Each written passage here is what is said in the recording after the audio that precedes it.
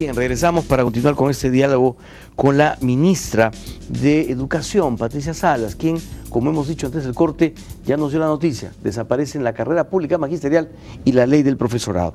Ministra, en esta ley de la carrera pública magisterial se establecen además criterios para el desarrollo mismo de la función del maestro, como lo que le planteaba, es decir, ¿qué relación tendrá el maestro de provincias con Lima o con su propio entorno? ¿Qué relación tendrán los directores con su entorno o con su dependencia de las UGELes, por ejemplo? Porque se dice que hemos pasado de un centralismo, ¿no?, a otro tipo de centralismo. Las UGELes ahora dominan a los colegios, a los directores, y establecen una serie de vicios. ¿Cómo romper con todo eso? ¿La ley establece criterios para eso? Ahí estamos mezclando dos leyes, la ley de docente efectivamente y la ley general de educación, ¿no es cierto? Con lo que responde a la ley docente, amplía las áreas de ejercicio docente, como decía hace un rato. Tradicionalmente estaban previstas solamente el área de lo que se llama en la jerga la gestión pedagógica, es decir, el quehacer en el aula. Lo que era la gestión institucional cuando los maestros ingresan a cargos de dirección o algún otro tipo de trabajo administrativo, y lo que era la investigación. Nosotros estamos agregando a la investigación la innovación. Sabemos que hay miles de maestros innovadores. Tenemos para ellos, además del reconocimiento de la innovación en la carrera docente, les tenemos un programa de concursos para innovadores, tenemos programas de becas para innovadores y algunos instrumentos más. Y la cuarta que tenemos es todo lo que es formación y evaluación, de tal manera que los docentes puedan ser también miembros de los equipos de acompañamiento pedagógico. Los nombramientos de los docentes, etcétera, ¿están incorporados en esa norma? Las fórmulas de contratación, claro, las fórmulas del nombramiento, claro sí, la posibilidad de que los buenos maestros se queden, si son contratados en los colegios, ¿no es cierto?, a pedido de los directores. En fin, ¿quién nombra a los maestros? ¿Los pide el director? ¿Los nombra la UGEL? ¿Eso está establecido? Eso es, sí, claro, pero esa es una trama en la cual tenemos que equilibrar la institución educativa, lo local con lo nacional. Entonces está matizado. La prueba de conocimientos la trabajamos desde el Ministerio de Educación. Se convierte como en el primer filtro. Ahora, estamos trabajando unas pruebas de conocimientos que permitan que los maestros puedan evaluarse inclusive varias veces, porque queremos entrar en una lógica, un esquema de evaluaciones en línea. Vamos a tener grandes bases de datos en donde un maestro, en unos centros de evaluación debidamente configurados con la seguridad del caso, un maestro puede ir y con una computadora se evalúa y ese día le sale su puntaje. Entonces el maestro sabe si su puntaje es un puntaje bueno, regular o bajo. Entonces, si es bajo, puede venir a volverse a evaluar. Lo importante para nosotros es que los maestros se sigan preparando. Cuando los maestros sientan que tienen el puntaje, será habilitado para las otras evaluaciones. Entonces, hay un primer filtro en donde esta parte que decíamos, los conocimientos, qué debe saber el maestro, lo manejamos desde el Ministerio de Educación. Ahí sale una suerte de filtro primero, por el cual, si se pasa ese filtro, se puede ir a evaluación de desempeño. La evaluación de desempeño sí se hace en la institución educativa, entonces ahí sí el director puede decidir. De estos maestros que ya sabemos que tienen un primer filtro, veamos cuál es su práctica, cómo aplican lo que saben. Yo ya sé que sabe, entonces cómo aplica lo que sabe, entonces ahí el director tiene un margen de autonomía, sí articulado por supuesto con su autoridad regional o local según corresponda, de tal manera que ellos pueden ahí decidir: este maestro es el que nos conviene para esta escuela. Y luego ya a nivel regional manejamos el escalafón de méritos, que es lo que se necesita hacer. Ahora, ¿esta evaluación de desempeño será con qué periodicidad?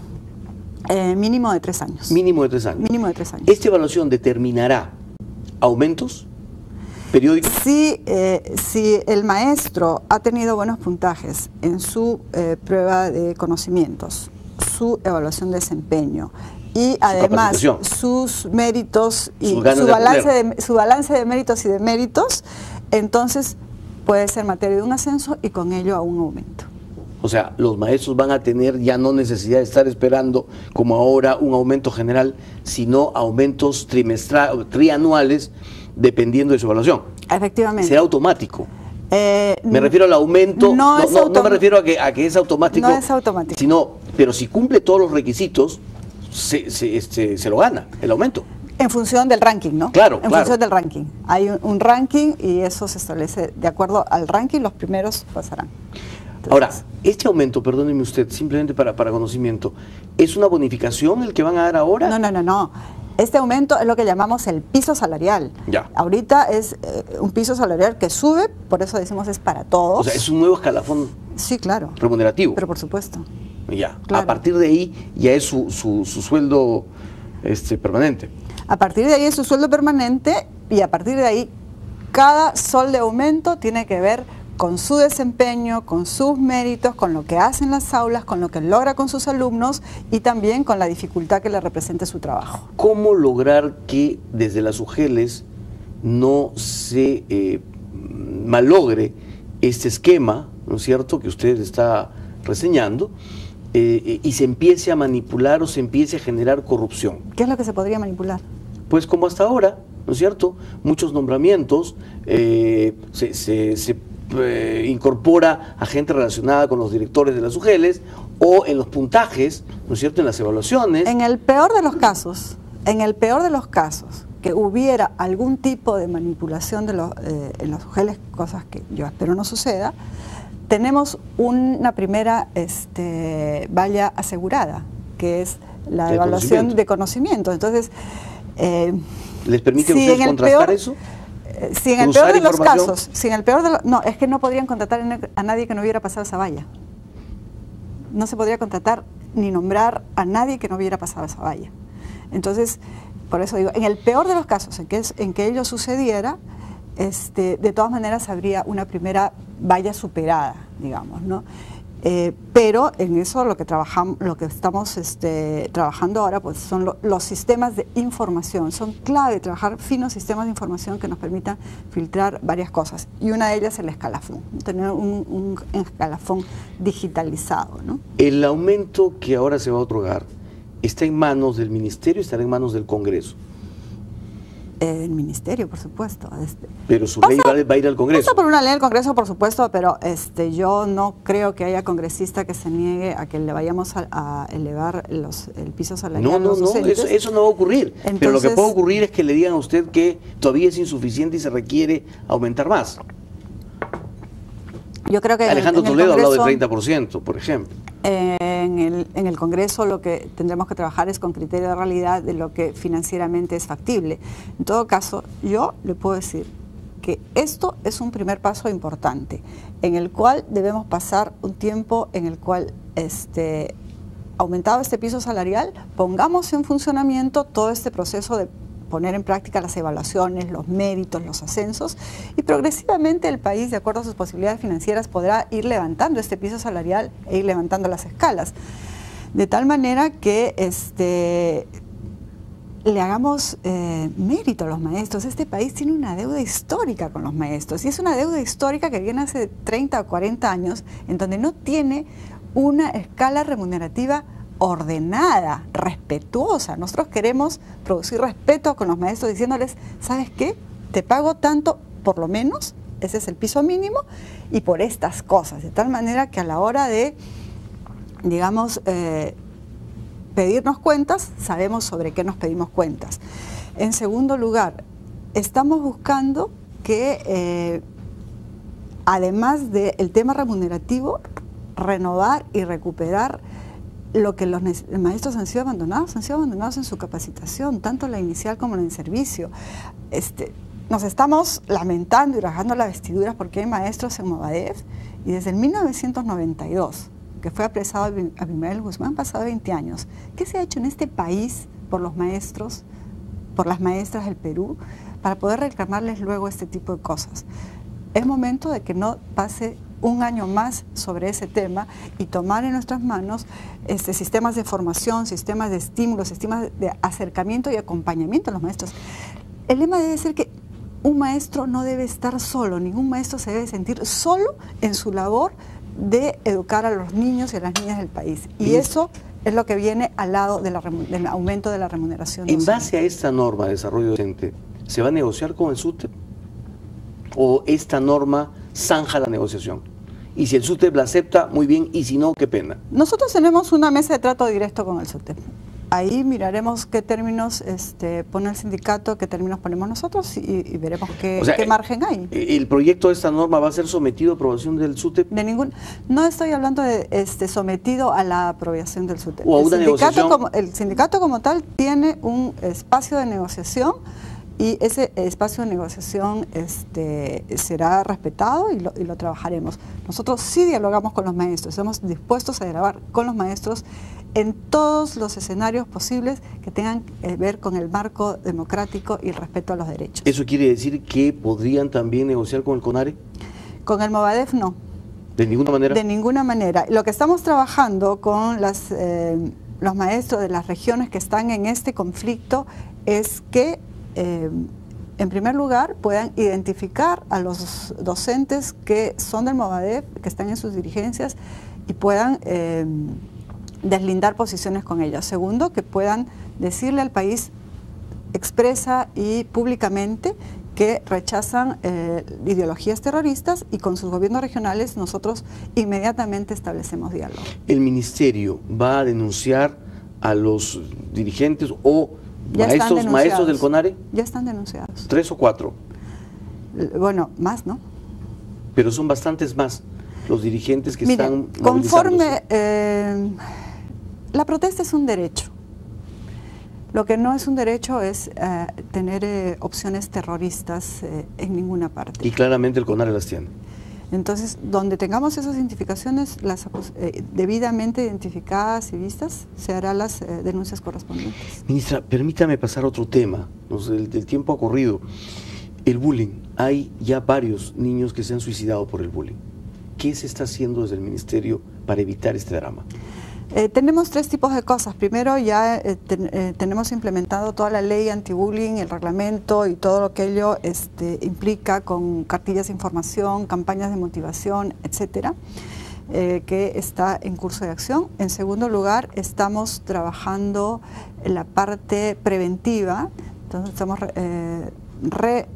potenciando las partes del currículo que tienen que ver todo lo que es el trato con diálogo, la resolución de conflictos en espacios colaborativos, de respeto, de dignidad, etcétera, de tal manera que los valores y las prácticas de los jóvenes puedan ser reforzadas y evitar a futuro en lógica preventiva lo que son conductas de violencia, maltrato o acoso.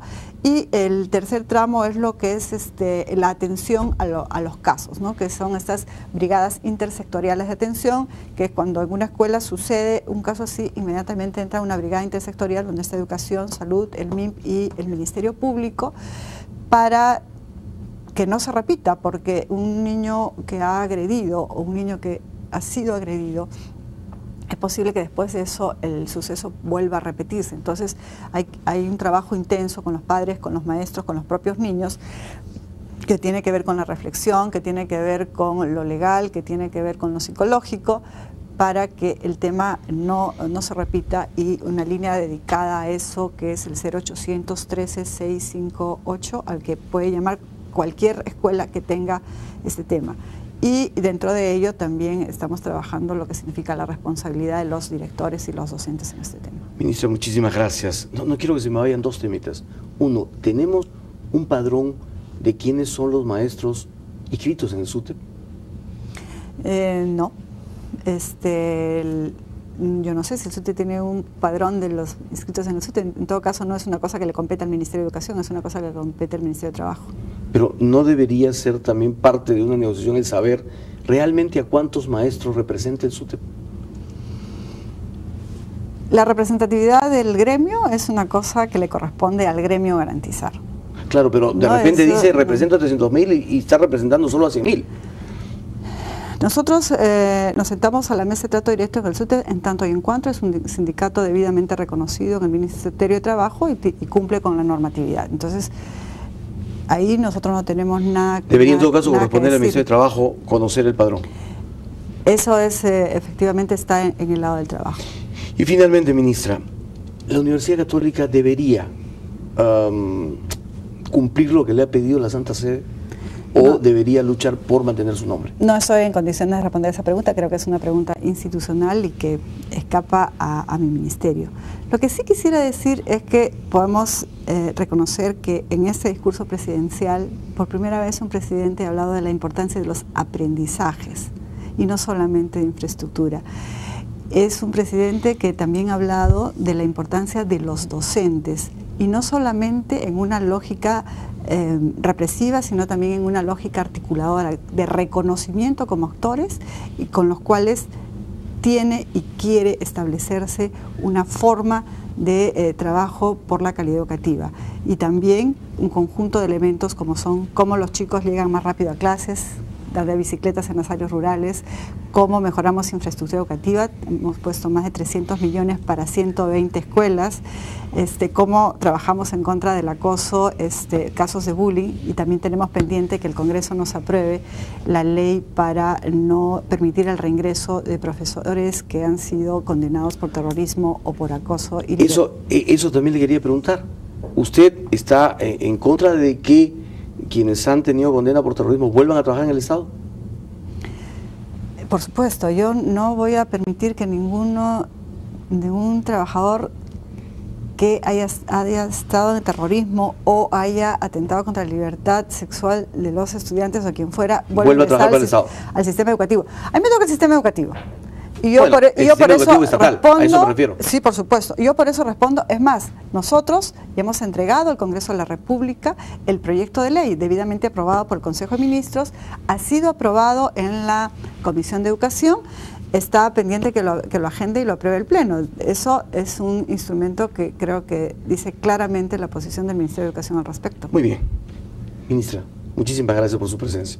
Ojalá podamos tenerla más adelante para hablar de calidad de la enseñanza e infraestructura.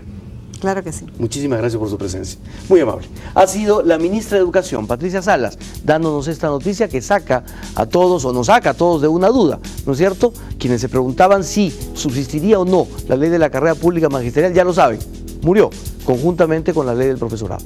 Volvemos.